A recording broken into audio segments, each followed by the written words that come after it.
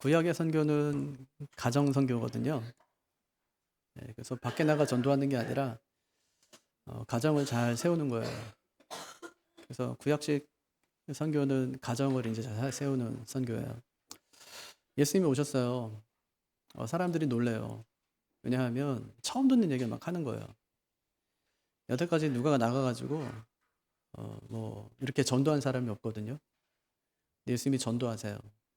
어디 하냐면 예루살렘에서 전도하시고 또 유대에서 전도하시고, 예수님의 전도는 요 유대 전도였어요. 사도들이 와서 땅끝까지 전도해요. 예. 그러니까 구약의 선교하고 신약의 선교는 약간 좀 달라요. 구약의 선교는 그냥 가정을 잘 돌보면 됐었는데, 신약에서는 복음을 들고 땅끝까지 나가는 거예요. 그럼 구약에서 이스라엘 백성들이 한 일이 뭘까? 땅끝 전도를 위해서 준비한 거예요. 그러니까 우리 가정에서 해야 될 일이 뭘까? 우리가 선교하기 위해서 이 가정에서 준비를 해야 돼요.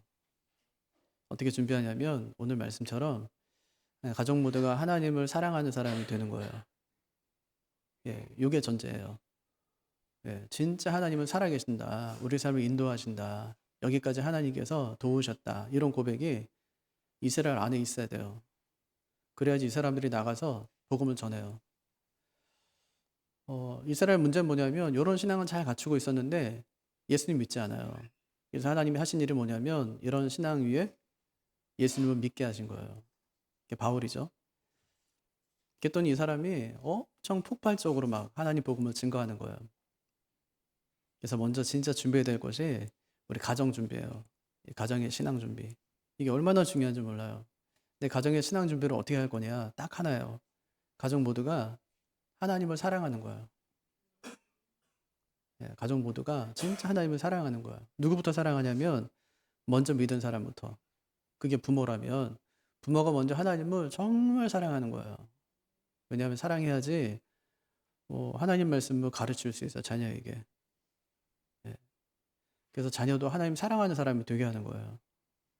이렇게 이제 가정이 하나님을 사랑하는 가정이 되면 하나님께 쓰임 받는데, 그 쓰임 받는 게 뭐냐면 하나님의 사랑을 증거하며 살아가는 거예요. 예. 작년에 목회 데이터 연구소에서 우리 성도들의 신앙 의식 조사를 좀 했어요. 그랬더니 우리 믿는 부모들한테 뭐라고 물었냐면, 가정에서 자녀들을 신앙으로 교육하고 있습니까? 근데 놀랍게도요, 하고 있습니다 하고 확실히 대답한 사람이 8%밖에 되질 않아요. 나머지는 뭐냐면 관심은 있는데 하지 않거나, 아니면 그냥 하긴 하는데 너무 적게 하거나, 아니면 그냥 신앙교육을 교회에 맡겨놓은 거예요. 참 약간 충격적이죠. 8%. 예. 자녀가 신앙으로 바르게 자라기를 원하지 않는 부모는 없는데, 실제적으로 가정에서는 신앙교육을 제대로 하고 있지 않다는 거예요.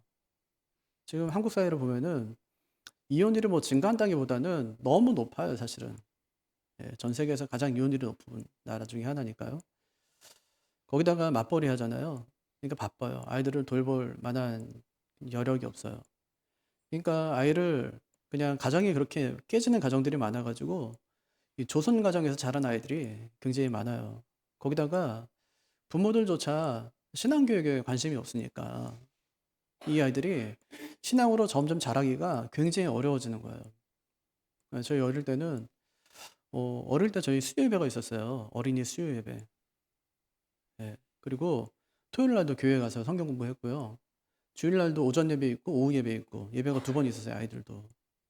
어느새부터 이제 수요 예배가 없어지고, 그 다음에 주일 오후 예배 없어지고, 토요 모임이 없어지면서 주일에 딱 1시간, 그것도 어른들 예배 시간에 밀려가지고 아이들이 모일 시간이 점점 굉장히 줄어가는 거예요. 그래서 교회에서 이 아이들을 신앙교육하면 이 아이들이 일주일 내내 가정에 살면서 신앙교육 받지 않아도 믿음으로 잘 자랄 수 있을까? 거기에 대한 회의가 되는 거예요. 그래서 안 되겠다. 결국 그러면 구약식으로 가정에서 신앙교육을 정말 잘 시켜야 돼요. 그걸 잘 시키려면 딱 한 가지, 부모가 하나님 진짜 사랑하는 사람이 돼야 돼요.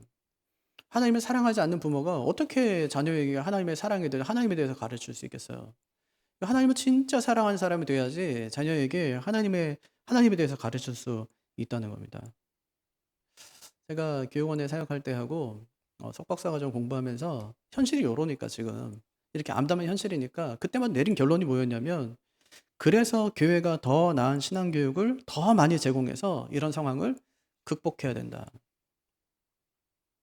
예. 항상 결론이 그랬어요. 교회가 진짜 더 열심히 해가지고 어? 이 신앙적으로 잘할 수 있도록 교회가 더 진짜 힘을 써야 된다. 그렇게 해요. 여러분 이 대안에 대해 어떻게 생각하세요? 동의하세요? 근데 사실 이런 말을 들으면 막 화가 나야 돼요. 이게 무슨 얘기냐면 가정을 믿지 못하겠다는 얘기거든요. 어차피 가정은 안 되니까 교회가 해야 된다. 이런 얘기거든요. 그러니까 아니 목사님 교회가 하는데 지금 가정에서 할 수 있는데 왜 교회가 그걸 나서서 합니까? 이렇게 돼야지 이게 맞아요. 예. 아니 교회가 뭐하러 그렇게 해요? 지금 다 가정에서 하고 왔는데 이렇게 해야 되는 거예요. 예. 아니 그 지금 그 킹덤 스토리 매주 금요일마다 우리 강사님이 뭐 설교하고 하면서 제가 그거 듣고 제가 토요일 날마다 아이 가르치고 뭐 주일 가서 복습하고 그렇게 하고 있는데 뭘 교회가 더 한다는 얘기예요.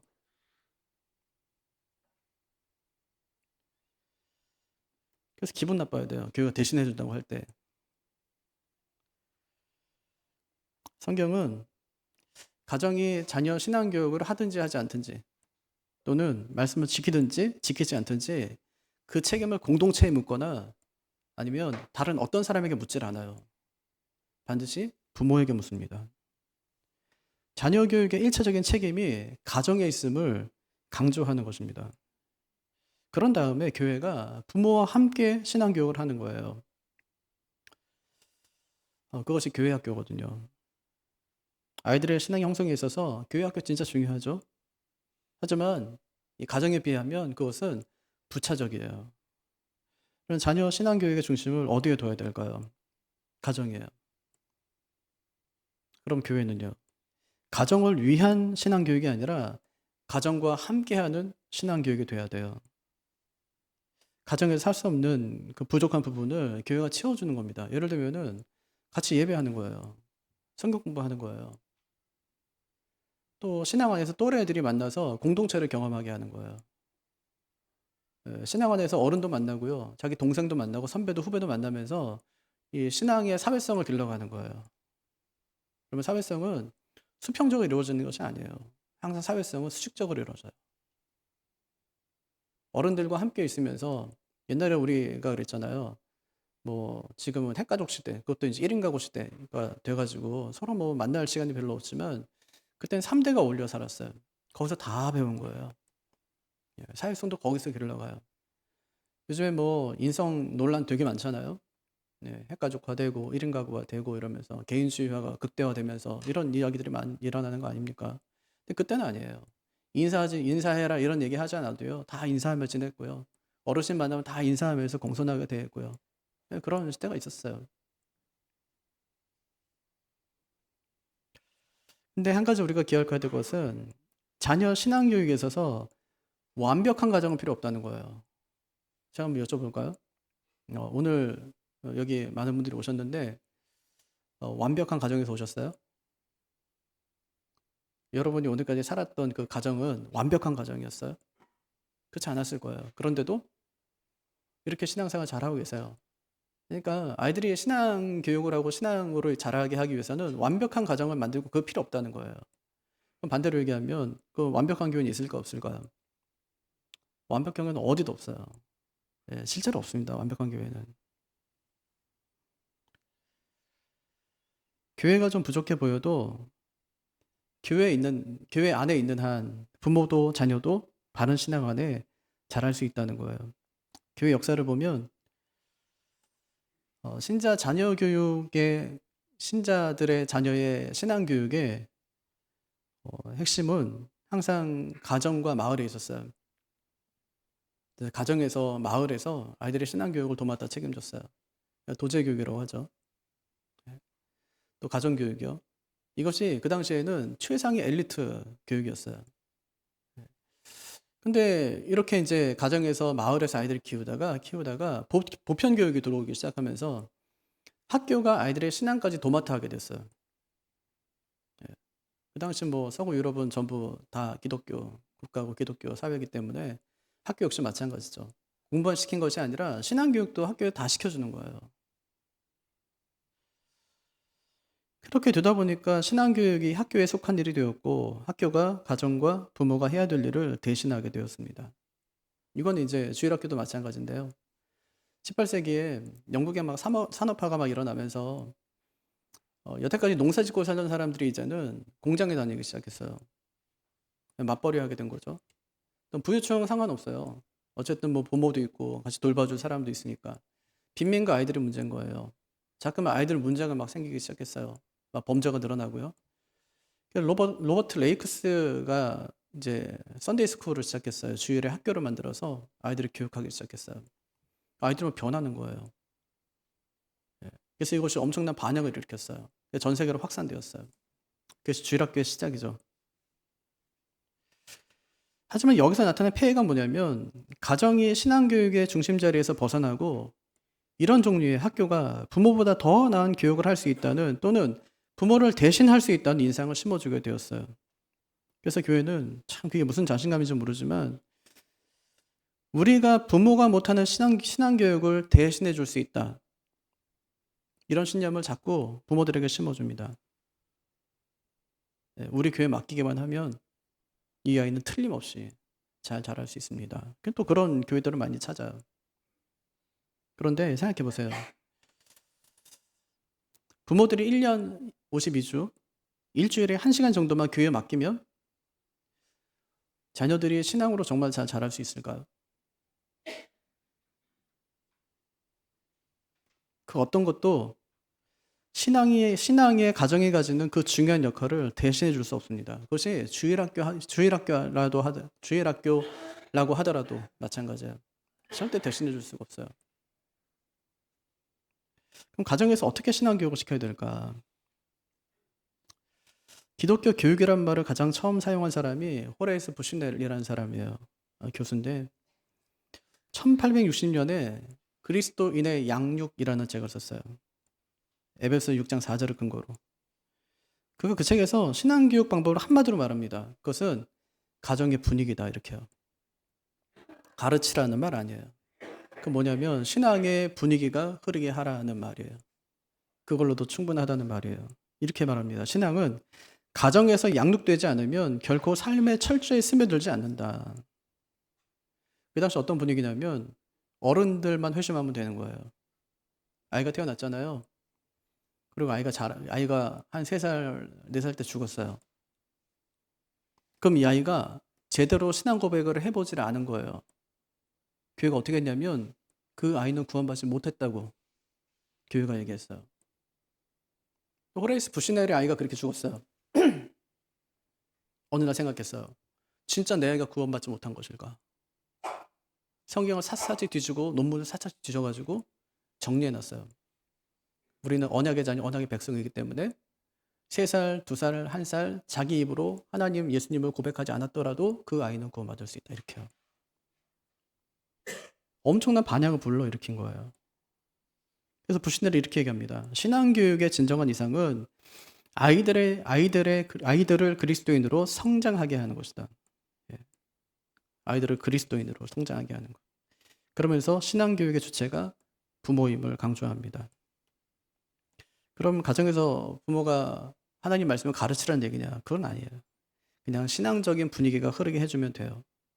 그렇게 한다면 완벽하지 않은 가정이라 할지라도 아이가 신앙 안에 자라게 된다는 말입니다. 이것이 오늘 신명기가 우리에게 가르쳐주는 말씀이에요.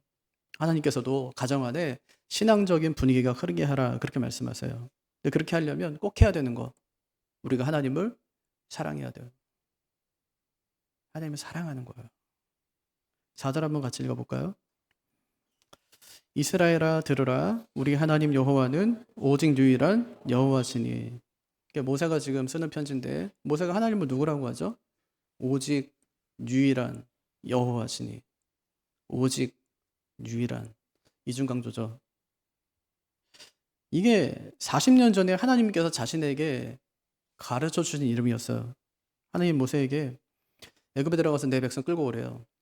그랬더니 당신 이름 뭡니까? 물어봐요. 나는 스스로 있는 자니라. 하나님께서 대답하세요. 왜 40년 뒤에 가나안 입성을 앞두고 그 이름을 다시 언급할까요? 하나님이 어떤 분인지 보여주려고 그랬던 거예요. 어떤 분이라는 거예요? 약속에 신실하신 분. 하나님이 40년 뒤에 약속했어요. 뭐라고 하냐면 내가 너희를 애굽인의 손에서 건져내어서 아름답고 광대한 땅, 적과 꿀이 흐르는 땅, 곧 가나안으로 데려가겠다. 하나님께서 그 약속을 지키셨나요? 지키셨어요. 지금 그 땅 앞에 그들이 서 있으니까요. 그래서 하나님의 이름을 언급합니다. 하나님께서 그때 그랬거든요. 나는 스스로 있는 자니라. 이게 뭐냐면 나는 내 이름은 현재다 이런 말이에요. 내 이름은 현재다. 내 이름이 현재이기 때문에 나는 너희에게 한 약속을 100% 완벽하게 지킬 수 있다는 말이에요. 근데 진짜 하나님 말씀대로 하나님께서 그 약속을 완벽하게 100% 지키셨어요. 그래서 모세가 얘기해요. 이런 신은 한마디로 세상에 한 분밖에 없다. 오직 유일한 여호와시다.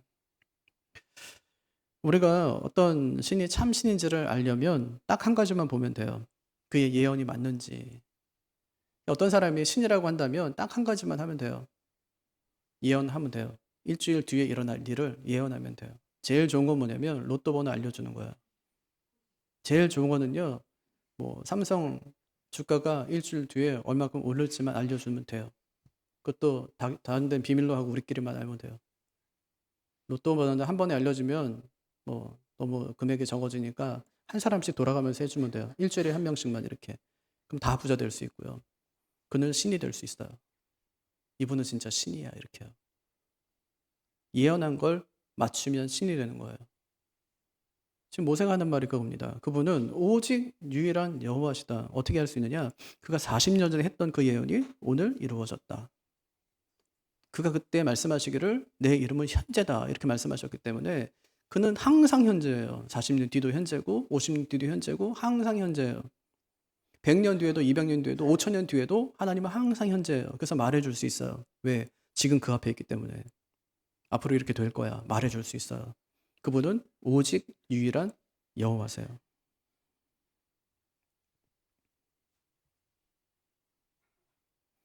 그러니 어떻게 하라는 거예요? 그분이 오직 유일한 여호와시니까 어떻게 하래요? 5절 한번 같이 읽어볼까요? 시작. 너는 마음을 다하고 뜻을 다하고 힘을 다하여 내 하나님 여호와를 사랑하라. 4절에 보면 어떻게 시작하냐면 이스라엘아 들으라. 뭘 들으라는 거예요? 하나님을 사랑하라 이 말이에요. 뭘 들어요? 하나님을 사랑하라. 들으라는 말에는 듣다 플러스 순종이 포함되어 있어요. 반드시 그래요. 하나님께 들으라고 말씀하신 것은 순종하라는 말씀과 같아요. 뭘 하라는 거예요? 하나님을 사랑해라. 하나님은 지금까지 한 번도 자기를 사랑하라고 해본 적이 없어요. 한 번도 여태까지. 너 나 사랑해 이렇게 말하신 적도 없고 너 나 사랑하니 하고 물은 적도 없어요. 근데 가나안 입성을 앞두고 하나님께서 사랑해라 이제 그렇게 말씀하세요. 하나님 지금까지 그들을 어떻게 이끌고 오셨죠? 뭘로 이끌고 오신 거예요? 40년 동안 뭘로 그들을 이끌고 오셨습니까? 율법으로 이끌고 오신 거예요. 법으로 끌고 왔어요. 근데 가나안에 살 때는 뭘로 살아야 된다는 말이에요? 하나님의 사랑에 이끌려 살아야 된다고 말씀하세요. 이것이 이스라엘과 하나님의 관계입니다. 유럽의 옛날에 봉건제는 주군이 토지를 주잖아요. 봉신들은 어떻게 해요? 그에게 충성을 다하는 거예요. 주군을 위해서 농사도 짓고요. 전쟁도 하고요. 이런 쌍무적인 관계 속에 있었어요. 여기서 사랑이고 뭐고 이런 게 없어요. 그냥 생존을 위해서 쌍방 간의 계약을 맺는 거예요. 하지만 하나님과 이스라엘 관계는 달라요. 이건 아버지와 아들 간에 맺는 그런 관계입니다. 아버지가 땅을 줘요. 땅만 주는 게 아니에요. 일꾼도 보내줘요. 소출을 얻었어요. 그럼 나한테 와서 갖다 바쳐야지. 이게 아니에요. 너 잘 먹고 잘 살아라. 이렇게 얘기하고요. 어려움이 생기면 어려움도 도와주고요. 전쟁이 나면 자기가 또 도와줘요. 이때 아들이 아버지를 위해서 해야 할 것은 딱 하나밖에 없어요. 사랑하는 거예요. 대신 사랑할 때 하나님께서 전 존재를 걸 것을 말씀하세요. 뭘 다하래요? 마음을 다하고 뜻을 다하고 힘을 다해 사랑해라. 그렇게 말씀하세요. 이건 감정만이 아니란 말이에요. 사랑하는 감정만으로는 안 된다. 뭐가 따라야 돼요? 행동이 따라야 된다. 여기서 마음은 의도를 말합니다. 의도는 그거잖아요. 무슨 일을 하려고 마음에 품은 생각. 이게 의도거든요. 생각을 다 해라. 여기는 성향도 포함됩니다. 성향엔 두 가지가 있죠. 하나는 뭐예요? 하나는 악한 성향이 하나 있을 거고요. 또 하나는 선한 성향이 있겠죠. 근데 우리는 어떻게 살아요? 악한 성향을 꺾고 선한 성향을 따라 살아가는 거죠.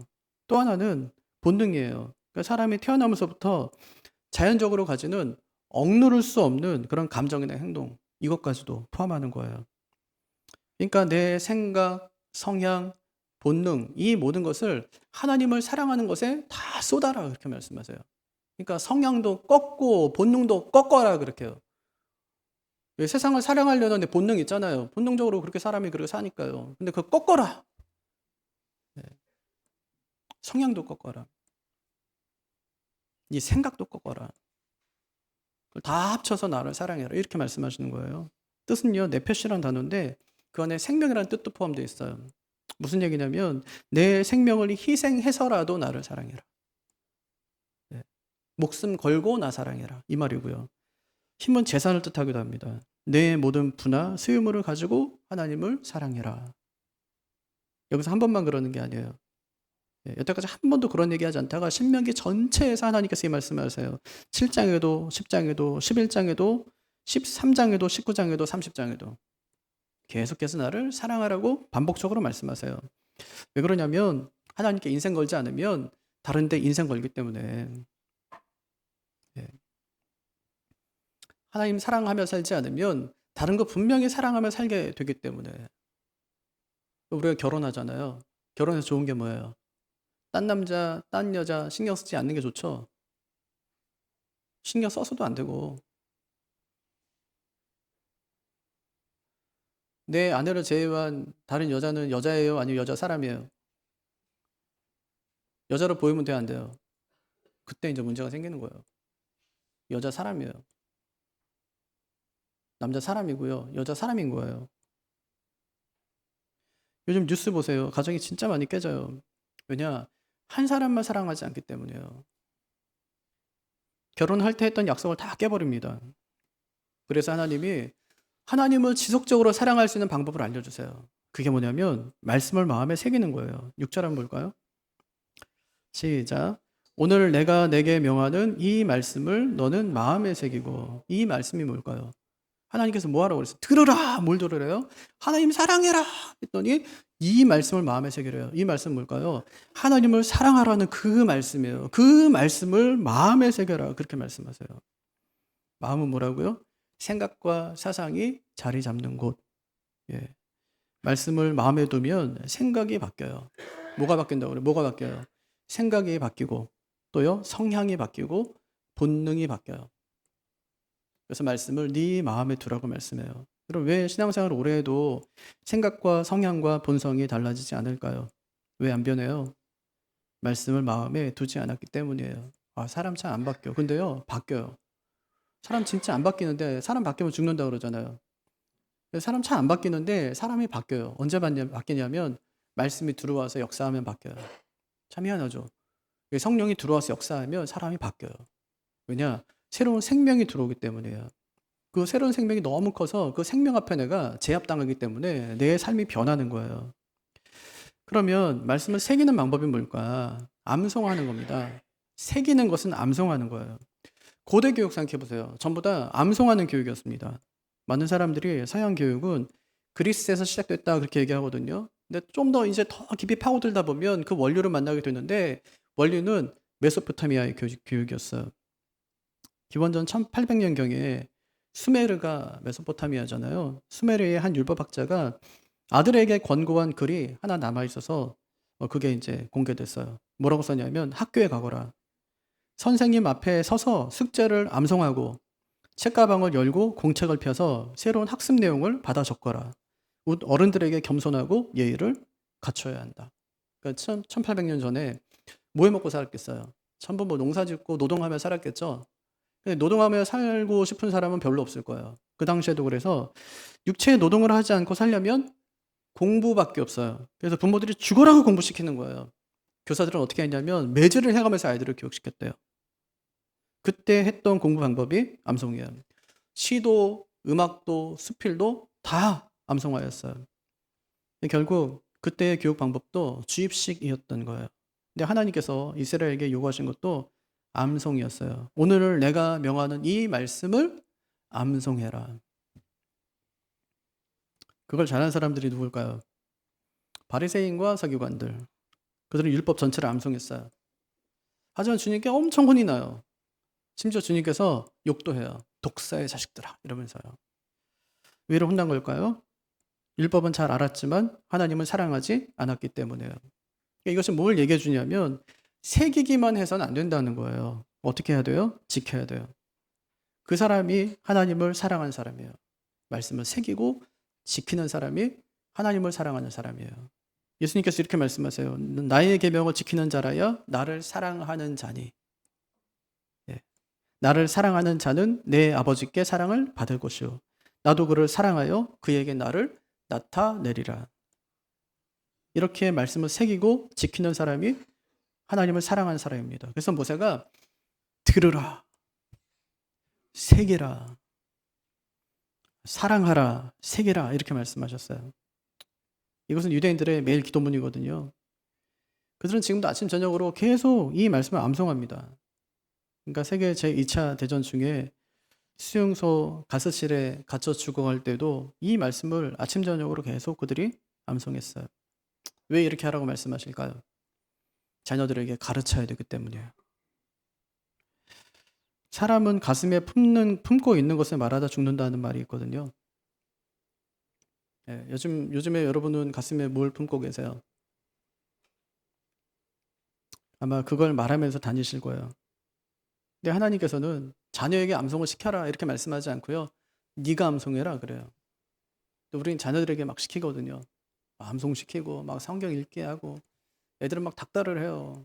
성경 읽어라, 뭐 암송해야지. 근데 아니요. 하나님께서는 우리에게 말씀을 암송해라, 말씀을 읽어라. 왜 그래요? 그래야 자녀들에게 가르칠 수 있기 때문에. 7절 한번 읽어볼까요? 내 자녀에게 부지런히 가르치며 집에 앉았을 때에든지 길을 갈 때에든지 누워있을 때에든지 일어날 때에든지 이 말씀을 강론할 것이며. 이것이 우리가 말씀을 새겨야 되는 이유인데 두 가지. 하나는 가르쳐야 되기 때문에 또 하나는 강론, 설교해야 되기 때문이에요. 여기서 가르치다는 단어에는 반복이라는 뜻이 함께 들어있어요. 유대인들의 대표적인 교육 방법이 뭐예요? 반복과 암송 아닙니까? 책을 반복해서 읽고 그것을 암송해서 지식으로 쌓는 것이 그들의 교육 방법이었습니다. 우리도 예배 시간마다 반복하는 게 있죠? 사도신경. 왜 매주마다 반복합니까? 우리가 무엇을 믿는지 되새기기 위해서요. 사도신경에는 교육과 변증 두 가지 역할, 그 두 가지 역할이 그 안에 담겨 있어요. 신자들이 구원받기 위해서 반드시 믿어야 할 내용들이 무엇인가를 사도신경이 알려줘요. 하나님이 누군지, 예수님 누군지, 성령님 누군지, 교회는 어떤 곳인지, 우리는 어떻게 살아가야 되는지, 영생은 어떻게 우리에게 약속되고 보장되어 있는지, 이것이 사도신경 안에 다 담겨 있는 겁니다. 그래서 마치 TV에서 광고하듯이 계속해서 이것을 반복하는 거예요. 그래서 우리가 잘 알잖아요. 머리 아파요. 그럼 펜잘 먹고요. 피곤해요. 바카스 마시고요. 소화가 안 돼요? 페스탈, 가스명수 먹고요. 두통이 굉장히 심해요. 알아요, 다. 그래서 우리 약사도 아닌데 애한테 시켜요. 엄마 지금 머리 아프니까 가서 뭐 사와 이렇게요. 묻지도 않아요, 약국에 가서. 다 어떻게 할 수 있죠? 반복 학습이에요. 반복된 거예요. 저희 애들이 밤마다 성경 읽거든요. 초등부에서 정해준 분량이 있어요. 어쨌든지 잠자기 전까지 그걸 다 읽어야 돼요. 그래야 잠을 자요. 성경이 다 읽었대요. 그럼 확인하죠. 내용이 뭐야 하고 확인해요. 우리가 자녀들에게 하나님은 누군지, 구원은 어떻게 받는지, 교회는 왜 다녀야 되는지 이것을 반복해서 끊임없이 가르쳐야 합니다. 그리고 틈이 날 때마다 이 말씀을 강론해라 그래요. 이 말씀 뭐라고 그랬어요? 하나님을 사랑하라는 그 말씀을 강론해라, 설교해라 이 말인데 이건 엄청 풍성한 말씀이에요. 하나님을 사랑하려면 하나님 누군지 알아야 되겠죠. 그럼 하나님에 대해 또 얘기해 줘야 돼요. 왜 하나님을 사랑해야 돼요? 그 이야기도 해줘야 돼요. 그럼 어떻게 하나님을 사랑해야 돼요? 그 이야기도 해줘야 되는 거예요. 수도 없이 말해야 되기 때문에 이것은 엄청 풍성한 말씀이라는 말이에요. 그래서 이 말씀을 강론해라, 설교해라, 잔소리해라 이 말이 아니에요. 말씀을 선포하라는 거예요. 그렇게 부모들이 말씀을 선포해야 되기 때문에 이 말씀을 마음에 새기라. 그렇게 말씀하셨어요. 이것이 부모의 책임이에요. 부모는 자녀에게 말씀을 가르치고 선포해야 될 책임이 있습니다. 그렇기 때문에 말씀을 읽고 듣고 묵상하고 암송하고 공부해야 돼요. 성경 그런 책이에요. 지금까지 제가 두 가지 얘기했어요. 하나는 말씀을 마음에 새기고 가르치라. 이것은 기억하고 말하라는 말이에요. 기억하고 말하라. 여기 한 가지를 하나님이 덧붙이세요. 말씀을 몸에 지니고 다녀라. 이렇게 말씀하시는데 이것은 뭐냐면 항상 말씀을 볼 수 있는 환경을 만들어라 이런 말씀입니다. 한 8절과 9절 한번 읽어볼까요? 시작. 너는 또 그것을 내 손목에 매어 기호를 삼으며 내 미간에 붙여 표로 삼고 또 내 집 문설주와 바깥문에 기록할지니라. 왜 그렇게 해야 되죠? 왜 손에도 매고 왜 집 문 앞에도 달고 왜 성문 앞에도 왜 그것을 써서 붙여야 되죠? 뭐 해야 되기 때문에? 가르쳐야 되기 때문이에요. 가르쳐야 되기 때문에. 예, 말씀을 암송해야 되기 때문에. 그래서 이스라엘은 항상 이렇게 하나님 말씀을 볼 수 있는 환경 속에서 살았습니다. 우리가 집에다 교패 붙이잖아요. 교회 달력을 갖다가 집에다 갖다 놓잖아요. 이게 아이들에게 은연중에 교육되고 훈련되는 거예요. 교회를 한 번 더 생각하게 하는 거죠. 한 번 더 기도할 수 있게 하는 겁니다. 한마디로 말씀을 가까이 하라는 것인데 어떻게 가까이 하라고 말씀하시죠? 메고 붙이고 쓰라 이렇게 말씀하세요. 손목에 메고 집 앞에 붙이고 성문 앞에 쓰라 그렇게 말씀하시는 거예요. 표시하라는 거예요. 어디에 그렇게 하시래요? 손목과 미간에 집 문설주에 바깥문에 그렇게 하라. 표시하라는 거예요. 그게 무슨 표시냐면 내가 누군지에 대한 표시예요. 내가 누군지에 대한 표시. 내가 누구래요? 난 너희의 하나님이고 넌 나의 백성이다 하는 거예요. 손목과 미간에 하라는 것은 내가 그렇다는 것이고 집 문설주에 하라는 것은 우리 집이 그렇다는 것이고 바깥문에 그렇게 하라는 것은 우리 공동체가 그렇다는 겁니다. 그래서 모세는 이렇게 말씀을 매달게 한 다음에 나와 나의 온 가족과 공동체가 하나님의 백성임을 확인하게 하였습니다. 하나님께서는 이렇게 이스라엘 백성을 하나님을 사랑하는 말씀 공동체로 묶어 놓으십니다. 하나님께서 그들에게 하나님을 사랑하라 그렇게 말씀하셨고 이것을 가르치기 위해서 내 마음에 새기고 암송하고 자녀에게 가르치고 설교하고 항상 말씀을 볼 수 있는 환경을 만들어라 그렇게 말씀하셨어요. 새해 우리가 해야 될 일이 무엇입니까? 가족 구원인데 그 일을 위해서 우리가 가장 먼저 해야 될 일이 뭐냐? 하나님을 사랑하는 일이에요. 하나님을 사랑하는 일. 거기서부터 시작돼요. 하나님을 진짜 사랑해야 돼요.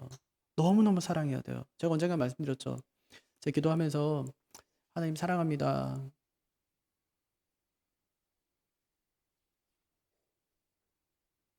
영적으로 냉랭할 때가 있잖아요. 아무리 하나님 사랑합니다 해도요. 아무 감정도 없고 마음에 어떤 없어요. 이 마음에 아무것도. 따뜻함도 없고 아무것도 없어요. 그때마다 제가 생각해요. 이게 지금 내 영적인 상태구나.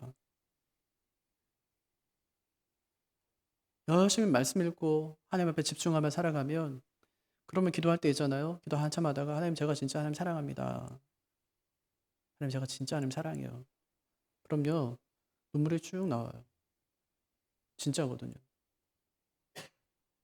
네. 그러면 그 안에서 위로 다 받는 거예요. 아니 우리가 어떻게 사람한테 위로받으면서 어떻게 주의를 합니까? 그럴 수는 없어요. 어떻게 하나님께 위로받으면서 가정에서 아이들을 가르치고 양육하고 훈계하고 교훈하고 아이들을 어떻게 영적인 사람으로 키워냅니까? 그럴 수는 없어요. 누구를 의지한들 우리가 그것을 할 수 있겠습니까? 아무것도 할 수 없어요. 근데 그렇게 할 수 있는 힘이 어디서 나오냐면 하나님을 사랑하는 데서 나오는 거예요. 고백도 훈련이에요. 기도할 때마다 10번씩 100번씩 제가 하나님 정말 사랑합니다. 하나님 제가 진짜 하나님 사랑합니다. 진짜 정말이에요. 하나님 진짜 제가 엄청 사랑합니다. 하나님께 그거 하래요. 우리한테 그거 해라. 나 사랑해 이렇게 말씀하세요. 나 사랑해 이렇게요. 아내가 문자 보내요. 그죠? 아내가 문자 보내죠. 일하고 있을 때 아내가 문자 보내요. 여보 내가 사랑해 이렇게요. 그 남편들은 사랑하지 않는데 나도 사랑해 이렇게 하고 보내죠. 저는 아니지만 아니 그럴 때 있잖아요. 네, 아내가 정말 남편 생각하는 게 불쌍한 마음이 들어서 내가 진짜 당신 사랑해 이러면은 나 뭐 일하고 있으니까 바빠가 나도 사랑해 하고 지나갈 때 있거든요. 그런데 그 핵심이 뭐냐면 그렇게 하면 그런 얘기를 듣고 내가 그렇게 이야기했을 때 다시 한번 아내에 대해 또 사랑에 대해 한번 생각한다는 거예요. 의도적으로. 부부간에도 사랑한다는 말을 자주 해야 돼요. 우리가 하나님께도 사랑한다는 말을 자주 해야 돼요. 기도할 때마다 하나님 제가 하나님 사랑합니다 이렇게 해요. 하나님께서 그 말 듣고 싶대요. 이 말을 네 마음에 새겨라. 이렇게 말씀하세요. 이 말씀 마음에 새기십시오. 예. 내가 하나님 사랑합니다 하는 그 말을 마음에 새기세요. 이스라엘 백성들은 그 말을 써가지고 이마에도 붙이고 다니고요. 손목에도 메고 다녔어요. 하나님 사랑합니다. 하나님 사랑합니다. 하나님 사랑합니다. 하나님 사랑합니다. 집에도 붙여놨어요. 하나님 사랑합니다. 들어올 때 보고 나갈 때 봐요. 마을 입구에도 써놨어요. 하나님 제가 하나님 사랑합니다. 이렇게요. 어디 가든지 잊지 않게 하신 거예요. 그 하나님을 사랑함이 올 한 해 우리 가정에 또 여러분의 삶에 가득하여서 하나님의 사랑으로 풍성한 가정이 되시고 우리의 삶이 되기를 주님의 이름으로 축복합니다. 자리에서 일어나셔서